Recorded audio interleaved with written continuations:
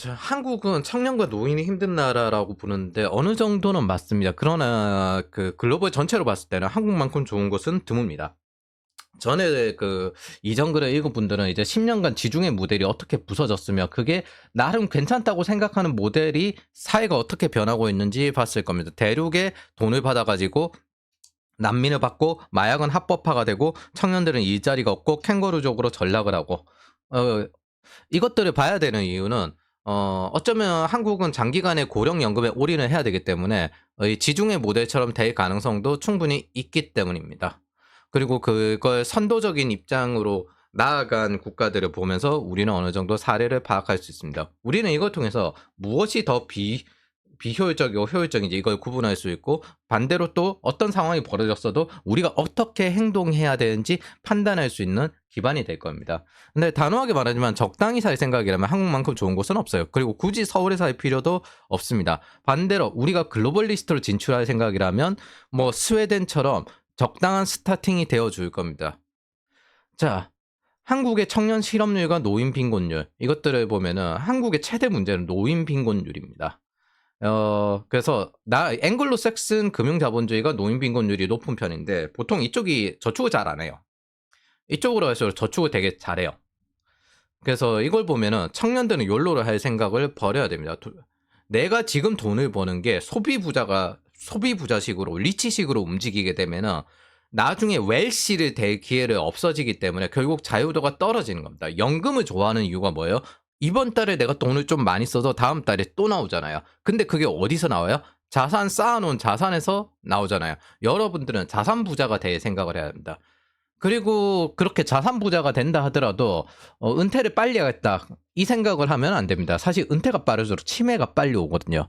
이게 파킨슨병이 보통 생기는 이유 자체가 도파민 회로가 잠자고 있거나 아니면 도파민이 적게 나와서인데, 도파민은 어떤 일에 집중할 때 나오게 되는 겁니다. 우리는 필연적으로 어느 정도 어려운 일을 하고 목표를 잡고 움직여야 돼요. 그리고 도전을 해야 돼요. 그래서 자산이라는 거는 우리가 도전할 수 있는 베이스 캠프, 매트릭스가 되는 입장이라고 생각을 하고 접근을 하시는 게 좋습니다. 실패하더라도 우리는 다시 재도전을 할 수 있어.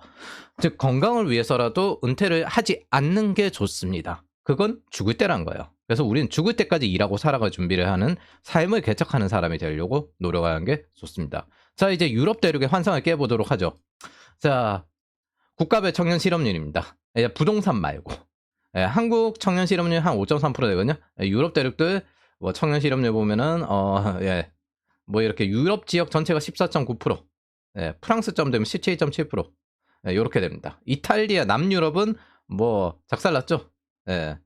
그래서 우리는 독일을 주로 따라했어요. 똑같은 제조업이고 최대한 독일 모델을 가지고 여기서 영국식을 어느 정도 복지를 쓰느냐 아니면은 저기 노르딕 모델 복지를 쓰느냐, 독일을 중심으로 여기서 왔다 갔다 했습니다.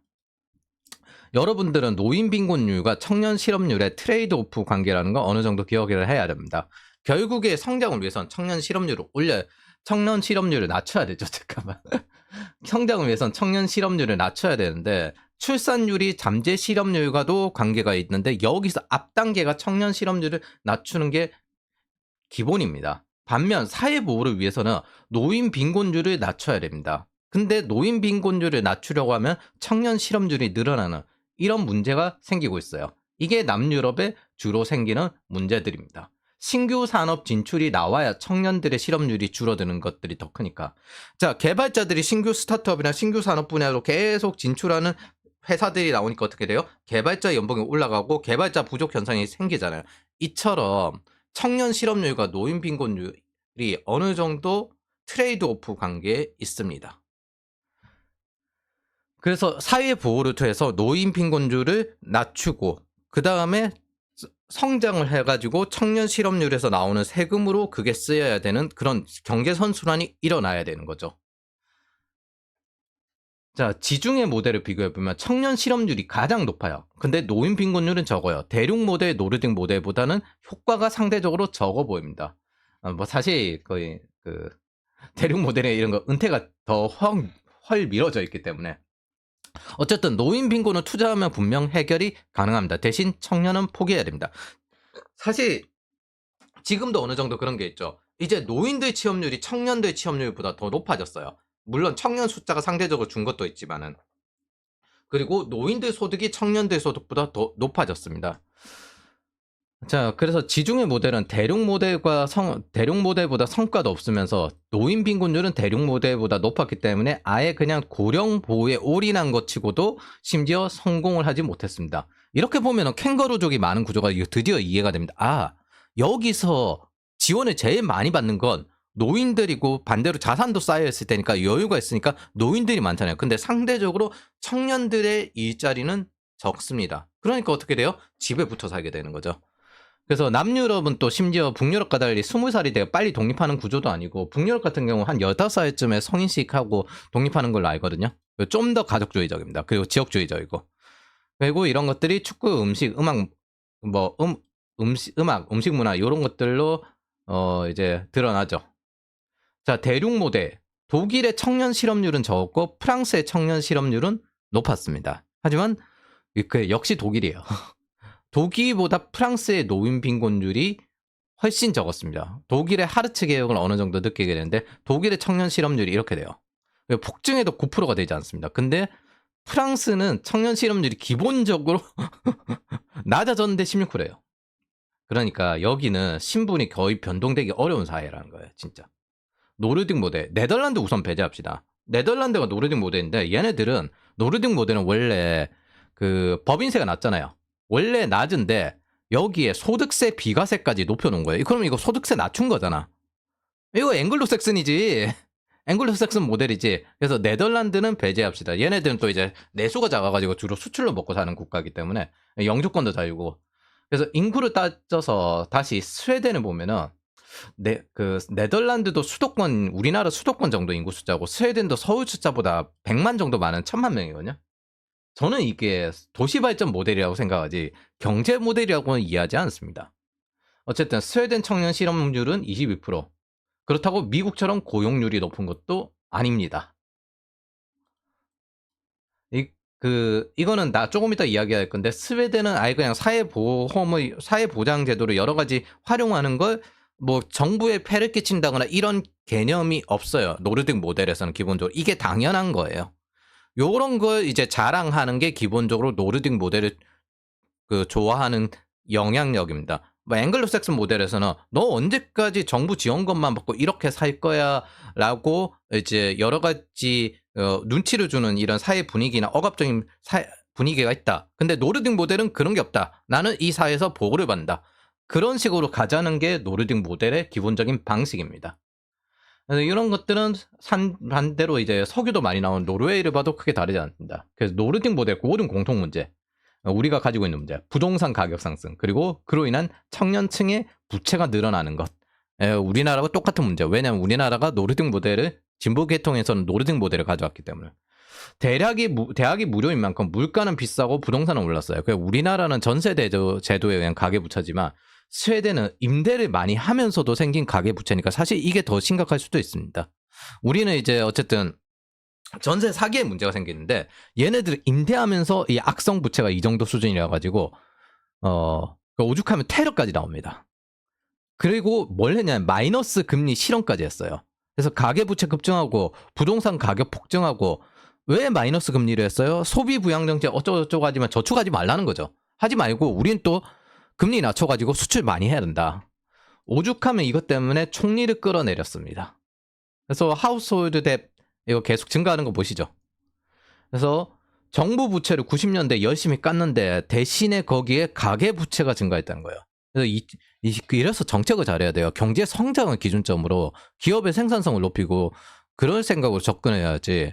자꾸 소비 부양 정책으로 모든 걸 올인해 버리면은 결국 정부 부채를 가계에게 떠넘기는 구조가 됩니다. 자, 2010년 대비 40세 이하 부채는 2배가 오릅니다. 그러니까 똑같이 얘네들도 부동산 가격이 2배 정도는 올랐다라고 생각하는 게 맞습니다. 2019년 스웨덴은 마이너스 금리를 종료했지만 부채가 도저히 해결될 기미가 보이지 않아요. 노르딕 모델의 근본적인 문제는 결국에는 가계부채로 성장하는 우리나라와 같았다는 겁니다. 뭐 성장도 안 했지만 노후 보장은 자국 내 연기금 투자로 이루어지지 않습니다. 얘네들 뭐 노르웨이, 스웨덴 연기금은 전 세계 투자해서 주식 수익 얻어가지고 하는 거죠. 그냥 미국 주식 폭락 시에는 이 북유럽 연기금 타격이 굉장히 심해집니다. SVB 파산으로 1조 넘게 날리는 이런. 예. 뭐 자국 내 내수에서 저 연기금이 보장이 안 돼요. 이게 연기금을 만들면 좋은데 문제는 그 연기금이 자국 내 내수에 투자해가지고 커버가 안 된다는 거예요. 노후 보장이 안 돼요. 최대한 비효율적으로 움직이면서 자유로운 민간은 막아놓는 구조잖아요. 그러니까 이게 안 돌아가는 거예요. 이게 각국의 연기금의 문제점입니다. 연기금을 만들었어. 근데 그 연기금이 야 너네들 자국 내에 투자해가지고 그 연기금 돌릴 수 있어? 못 돌려요. 경제 선순환이 안 되는 구조니까 어디에 투자해요? 미국에 투자해서 돌려야 돼요. 그래서 그 연기금이 나와요. 결국 뭐예요? 복지제도도 사실은 노후보장 복지제도도 그 연기금이 미국에 투자해서 커버하는 식이에요. 어떤 정권에서는 이 노르딕 모델을 이상 국가로 내세웠죠. 근데 미국이 언제까지 이걸 봐줄까? 아주 훌륭하게 노르딕 모델의 문제를 그대로 가져온 게 지금 우리나라입니다. 자, 앵글로색슨 모델. 영국의 경우 OECD 평균 이상의 노인 빈곤을 차지하자 이제 네스트를 설립해가지고 이거 연금, 노인연금 25년간 집중을 합니다. 그리고 노인 빈곤 개선 성과를 보였는데 OECD 평균 수준까지 떨어뜨립니다. 그러나 모든 문제를 해결할 수는 없죠. 결국에 우리는 있잖아요. 스스로 자력 구제를 해야 됩니다. 젊은 시절에 촉적을 잘해줘야 돼요.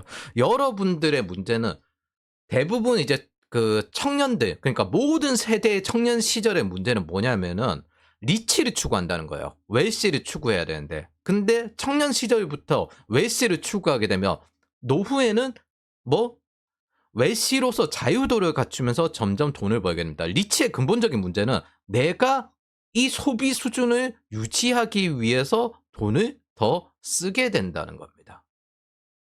그러면 그만큼 자유도가 떨어져요. 무례한 상사 속에서 계속 있어야 되고 만나기 싫어하는 사람들에게 계속 만나야 되고. 근데 이 돈을 쓰는 것도 웃긴 게 뭐냐면은 내가 좋아하지도 않는 사람들에게 과시하기 위해서 과시제를 쓰게 된다는 겁니다. 이게 리치들의 문제입니다. 자, 영국은 금융자본주의의 장점을 잘 활용했습니다. 브렉시트의 문제점도 노동력이 부족한 것이지 정년의 일자리가 없진 않았습니다. 오히려 인플레이션으로 인한 실업률이 올라갔죠. 자, 영국의 청년 실업률. 이게 인플레이션으로 인한 실업률이 올라갔지 브렉시트하고도 그냥 뭐 떨어지다가 요 이제 그거 인플레이션 막 이거 팬더믹이요. 팬더믹. 그리고 인플레이션이 인한 다시 또 실업률이 올라가고 있죠. 대륙 모델의 가장 최상의 밸런스가 독일이면 앵글로색슨 모델의 가장 최상의 밸런스가 영국 정도라고 생각하면 됩니다. 이게 우리가 참고할 두 나라라고 생각을 해요. 어디 스웨덴 따위를 갖다 붙인단 말입니까? 우리가 정제 구조상 어쩔 수 없이 제조업을 중심으로 해야 된다면 독일에 기반을 해가지고 영국에 대한 영국식의 여러 가지 복지 제도를 어느 정도 쓸 수가 있을 테고, 예. 그리고 거기에 무슨 노르딕 같은 그런 대도 안 한 걸 갖다 와가지고 이 사태를 만드는지 모르겠습니다. 저는 IT인이 평생 도전하고 일을 더 잘하고 싶은 마음을 가졌다면 앵글로색슨 모델의 국가로 가야 한다고 생각을 합니다. 근데 평온한 일상이 목적일 수도 있겠죠. 그러면 독일이나 네덜란드로 가야 한다고 생각을 합니다. 다만 내가 부자가 될 거라는 생각은 버리고 가야 되겠죠. 근데 저는 노르딕이나 지중해 모델에 대해서는 굉장히 부정적입니다. 그러니까 뭐 많이 가도 독일, 프랑스. 뭐 난 평온한 일상을 바란다. 독일, 프랑스. 나는 조선을 바란다. 그럼 영국, 아일랜드, 미국 혹은 그 에스토니아 같이 이렇게 튀어나온 그 새로 뜨고 있는 그런 국가들. 이에 비해서 한국은 노인 빈곤율이 극대화되어 있지만 아시아 국가 특징을 드러내는데 아시아 국가 특징이 있어요. 청년 실업률이 매우 낮습니다. 성장에 올인. 한국은 노인에게 되게 가혹합니다. 대신 청년에게는 아직 기회가 많은 편입니다. 워커로 젊은 시정을 보내겠다면 한국이 제일 좋을 수 있어요. 근데 플레이어가 되겠다면 글로벌에서 놀아보겠다라고 할 때는 굉장히 좋은 스타트입니다. 저는 청년들 기준점으로 했을 때 한국은 굉장히 좋은 스타팅이라고 생각을 합니다. 실제로. 그래서 우리는 탈출이 아니라 진출이라는 생각으로 접근해야 돼요. 그냥 놀아보려고. 다음 게임 하는 거예요. 바꿔 생각을 해보면 청년들이 자꾸 무기력해지는 이유가 자꾸 한국 안에서 있으려고 하니까 그때부터 무기력해지는 건데 누가 당신 유학비 대줄 테니까 유학 가겠냐고 물어보면 100%갈 거예요. 이건 왜 가는데 글로벌로 진출해서 취업하겠다 이건 왜 안 하냐고요. 남이 유학비 공짜로 대준다면 무조건 갈 거란 말이에요. 근데 이건 돈 벌러 가는 거잖아요. 돈을 벌고 직접 크게 되려는 거 왜 탈출이라고 생각하는지 모르겠습니다. 이거는 직접적인 진출이며 나의 삶을 성장시키기 위한 여정입니다. 그러면은 이걸 발판으로 쓸 때는 이 나라 GDP가 성장하다 안 성장하다 상관이 없어요. 여기서 적당하게 자기 능력을 쌓을 수 있고 어느 정도 그 경력을 쌓아가지고 해외로 먹히느냐 안 먹히느냐 그게 중요할 뿐입니다. 자, 미션 선언문. 예, 이 글을 읽는 이유는 여러분들이 플레이어가 되기 위해서입니다. 워커들은 항상 자기 인생이 틀리지 않았다를 증명하려고 발버둥을 치는데 우리는 그런 거에 영향을 받지 않습니다. 남들이 안 가는 길을 가는 거죠. 자, 빈곤율. 한국의 빈곤율은 이제 65세 이상이 72%로 제일 높은데 이게 좀 상식적인 이하의 빈곤율이 65세 이상이 72%의 빈곤율을 가지고 있다는 겁니다. 여러분들은 어떻게든 열심히 살아도 만약 이걸 그대로 유지한다면 노인 빈곤을 해결해야 되는 문제가 근본적으로 이건데 한국에서 워커로 살든 플레이어로 살든 어느 정도 내가 꾸준히 저축하고 그랬다면 괜찮은 수준에 도달을 해야 되잖아요. 자산도 있고 어느 정도 명예롭게 은퇴를 할 수 있거나 은퇴를 하지 않다 하더라도 빈곤이 되지 않는 그런 것들이 있어야 되잖아요. 근데 노인 빈곤율이 72%예요. 이게 말이 안 되는 숫자입니다. 65세 이상 빈곤율이. 자, 그 다음에 중년 50세에서 64세가 38.7%고 은퇴를 앞둔 세대며 20대나 아니면은 뭐 좀 빨리 결혼하셨으면은 30대의 아버지 세대죠. 그리고 19세, 34세 청년 세대가 20.2%입니다. 그러니까 뭐예요? 모두 다 빈곤해요. 가장 빈곤율이 적은 세대는 어디다? 지금 현재 35세에서 49세 후기 베이비 부머 세대를 포함해서 30대 후반까지죠. 장년 세대 19.5%. 이것도 상당히 높습니다. 사실 시니어 전성기나 청년 세대만큼 이 세대들 청년이나 시니어 전성기나 이렇게 되어도 큰 차이가 없다는 뜻입니다. 그리고 20%는 보통 일반적인 국가의 빈곤율 평균에 속합니다. 우리나라 아동 빈곤율은 선진국보다 상대적으로 높은 편입니다. 아니, 낮은 편입니다. 어이씨, 왜? 선진국보다 낮은 편입니다. 한국의 전체 빈곤율 따지면 OECD 평균 이하예요. 15% 이하입니다. 그러니까 진짜 괜찮은 스타팅입니다, 한국은. 단지 노인 빈곤율이 굉장히 높을 뿐. 근데 이거 노인 빈곤율은 장기적으로 해결해 나가야 될 문제지 여러분하고 관계는 없잖아요. 그래서 이 전체 빈곤율은 우리가 살던 평균 국가들보다 낮은 수준입니다. 한국의 상당 부분은 어린아이 젊은 층에 많은 것을 올인한 상태라는 거예요. 그래서 경제 문제로 장기적으로 바뀌는 미국의 빈곤율이 훨씬 낮긴 하지만 미국은 우리는 빼야죠. 영국 정도, 영국이 17%. 예. 이 정도쯤 되니까 우리는 굉장히 좋은 스타팅이 있습니다. 사실은. 미국은 뺍시다. 여기는 좀 전 세계에 돈을 풀어주는 그런 나라고 솔직히 그리고 상식적으로 또 말이 안 되죠. 평화를 위해서 돈을 풀긴 했지만 그걸 통해서 자기네 빈곤율이나 마약 중독자들이나 이런 것들을 커버하고 있었어야 되니까. 예.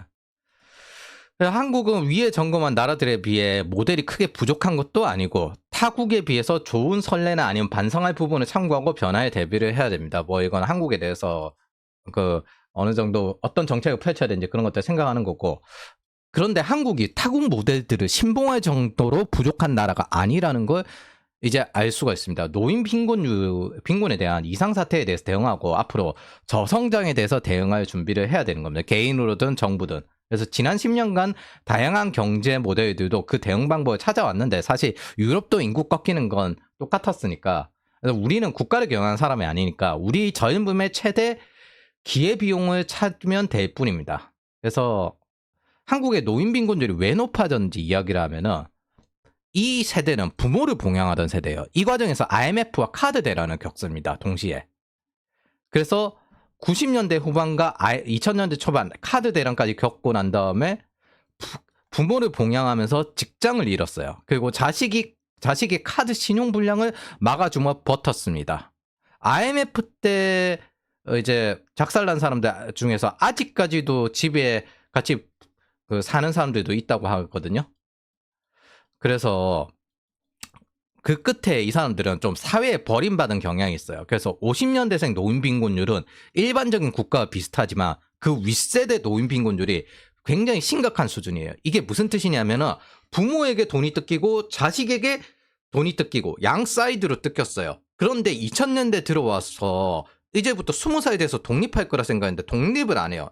이거 조금 더 설명을 하면 독립을 안 하고 어떻게 돼요? 30살쯤 돼서 일반적인 선진국처럼 돈을 벌기 시작을 합니다. 그러니까 부모 봉양하고 자식에게 30살까지 돈을 쓰게 되는데 여기에 또 한 가지 문제가 더 생기게 됩니다. 자기가 이 시기에는 오래 살아봐야 60세 정도예요. 그러니까 옛날에도 어쨌든 결혼을 일찍 하더라도 30살, 20대 후반쯤에서 애를 낳았을 거 아니에요. 그렇게 낳아서 아이를 키우는데 나는 그래서 애를 한 20년 정도 키우고 난 다음에 이제 10년 정도 멋있게 살다가 자식에게 이제 60대 이후에 살짝 그 보호를 받든 아니면 내가 그대로 죽든 그렇게 해가지고 집을 물려주면서 나는 이대로 죽을 작정이었는데 내 수명이 80세가 될지 몰랐어요. 내 부모님 세대는 60대에 돌아가셨단 말이에요. 생각보다 내가 20년이 오래 살아. 그리고 80세에도 어느 정도 정정해. 이때부터 문제가 생기기 시작합니다. 만약 이 상황을 부정한다면은 김대중 대통령은 이게 반대로 생각하면 IMF를 해결 못했다는 뜻이 됩니다. 카드 대란과 부동산 가격 상승이 원인이기 때문에 IMF를 해결하기 위해서 생긴 것들이 카드 대란과 부동산 가격 상승에 관련된 부분들이죠. 그래서 세대별 노인 빈곤율 보면은 이거 보면 30년대 후반 출생, 40년대 전반 출생, 40년대 후반 출생 이렇게 이게 급증하고 사실 요 위쪽의 빈곤율이 굉장히 높습니다. 근데 50년대는 20% 내외로 가고 있죠. 이게 위아래로 뜯긴 세대들이 지금 현재 노후 준비가 안 되었다는 거예요. 그럼 여기는 평균 수준이다. 20%. 심지어 이 IMF 카드 대란 세대 중에 아직까지 부모 밑에서 얹혀 사는 인구도 통계에 나오고 있는 수준이니까. 이 글을 읽는 사람들은 이제 부모님들이 은퇴를 앞두고 있거나 은퇴를 한 지 얼마 안 되었을 겁니다. 그래서 유튜브 커뮤니티에 이런 글을 남깁니다. 옛날 효자는 부모님을 봉양하는 거지만 요즘 효자는 최대한 빨리 성인이 되자 나와서 자기 앞가림하며 부모님의 노후 분비에 방해되지 않는 것입니다. 2000년대 시작된 캥거루족 영향이 여기까지 왔다는 겁니다. 그래서 인생 스노우볼 부채가 20대 중반에는 10대처럼 밤새는 게 힘들고 30대 중반에는 20대처럼 자격증 따는 게 쉽지 않을 거고 40대 중반에는 30대처럼 퍼블릭 스피치 준비하는 게 쉽지 않을 거고 50대 중반에는 30대처럼 수업 듣는다고 오래 앉아있는 게 쉽지 않을 거라는 겁니다. 그러니까 건강관리 잘하고 20대에 돈 안 되는 이상한 거 좋아하는 일 해야 된다 그런 거에 낚이지 말고 돈, 건강, 인간관계, 꿈이라고 말하는 건 이 우선순위를 뜻하는 겁니다. 자산 부자가 되고 거기에 일을 더 집중하면 좋은 인간관계와 꿈을 가질 수 있다. 보통 열정이란 건 인간관계에 의해서 만들어지는 거거든요. 나이가 들수록 더더욱 필요 없게 될수록 정서적으로 강해지지만 육체적으로는 약해집니다. 그래서 20대를 허투루 보낼수록 30대를 허투루 보낼수록 마르크스 악기의 속삭임을 당할수록 젊음의 명예를 추구할수록 어떻게 된다? 아랫세대가 자신의 시대를 펼치고 있는 걸 뒤늦게 보게 됩니다. 자기는 바꿀 수가 없어요. 상태는 언제나 선택으로 바뀌는 겁니다. 이걸 젊을 때 선택을 많이 해야 되고 캥거루족부터 최대한 빨리 벗어나는 게 맞습니다. 좀 힘들어도. 그게 북유럽이 노인 빈곤율이 낮은 이유는 사회보호가 아니라 북유럽에선 빨리 독립하기 때문입니다. 제가 보기엔. 그런데 현실적인 위험도 있어요. 카드 대란 세대를 구제하기 위해서 청년 정책은 적극적으로 사용되었고 지금까지 이어져 왔는데 정작 그 카드 대란을 겪은 사람들은 왜 청년만 도와주냐? 다시 또 정부 돈을 요구합니다. 지금 가장 자산이 많은 세대가 중장년층이고 가장 빈곤한 세대가 청년층입니다. 자, 이제 한국 모델을 이야기하고 시나리오를 준비할 때가 왔습니다. 이건 한국 편이에요. 이제부터. 유럽 모델에 대해서 비교를 했으니까